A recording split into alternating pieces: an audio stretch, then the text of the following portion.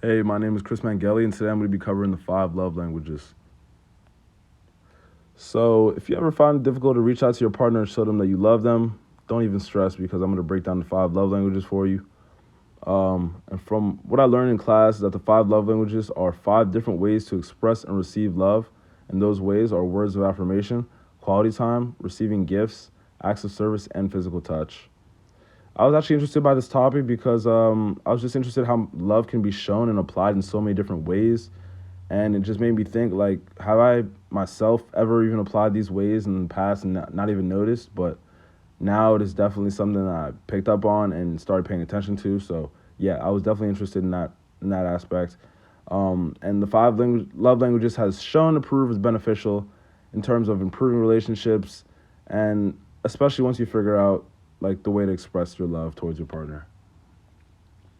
So the book was actually it's the five love languages is actually a book, and it was written by Gary Chapman in 1995.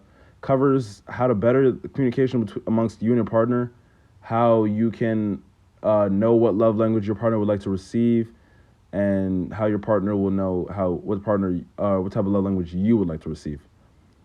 Um, it just basically also tells you how to better communicate with them and to better the relationship as well.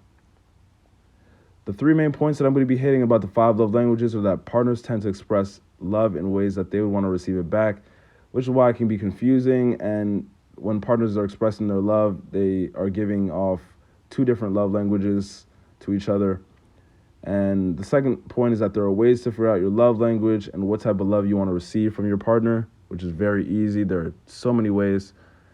And the third point is being or living with someone who has a different love language can be hard, but there are also ways around that. So just to hop into my first point right here, partners often send their love language that they would like to receive back from their own partner, which, like I said, can be very confusing because partners will end up most of the time sending different love languages to each other.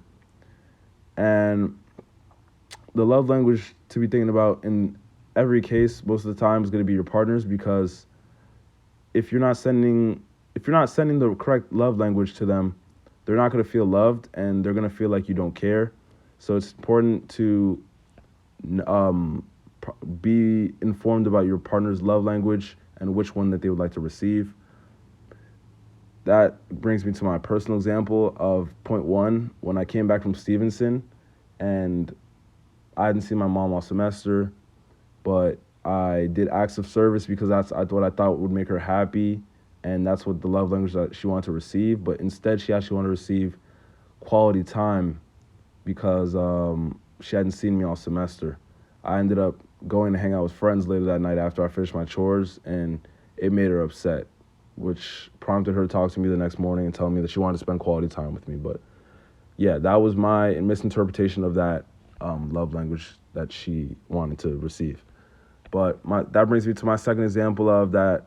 If you're not sure whether your partner like, well, if you're not sure of your partner's love language, there are definitely easy ways to find out.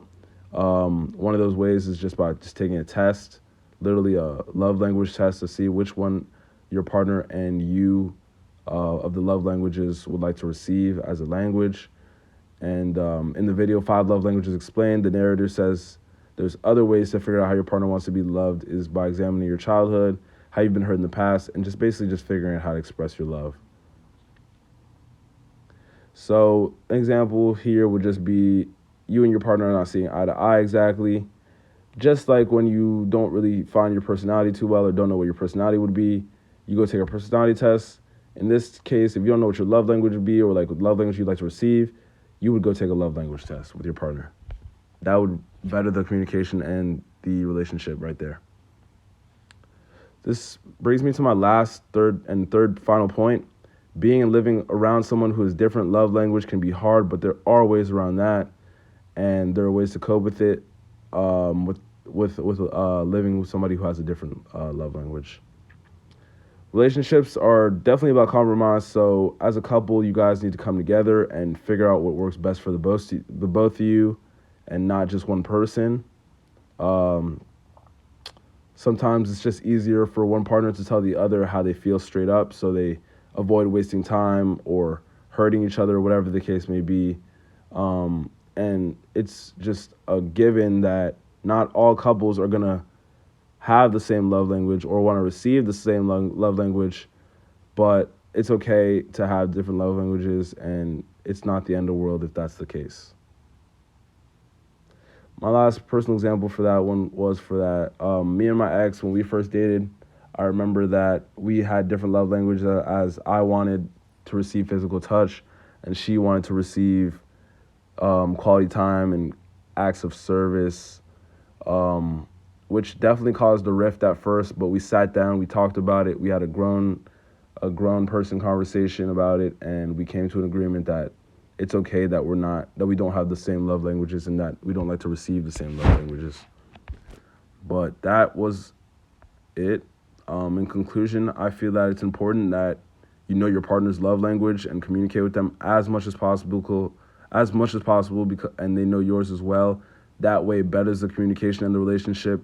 There's no problems. It's not rifty, and this is just definitely a subject I feel like I needed to be enlightened on and a refresher on as well, because I remember covering it in class, but it just stuck with me and resonated with me so well that I decided that I just need to go back and find out more and just see if I can apply it to myself and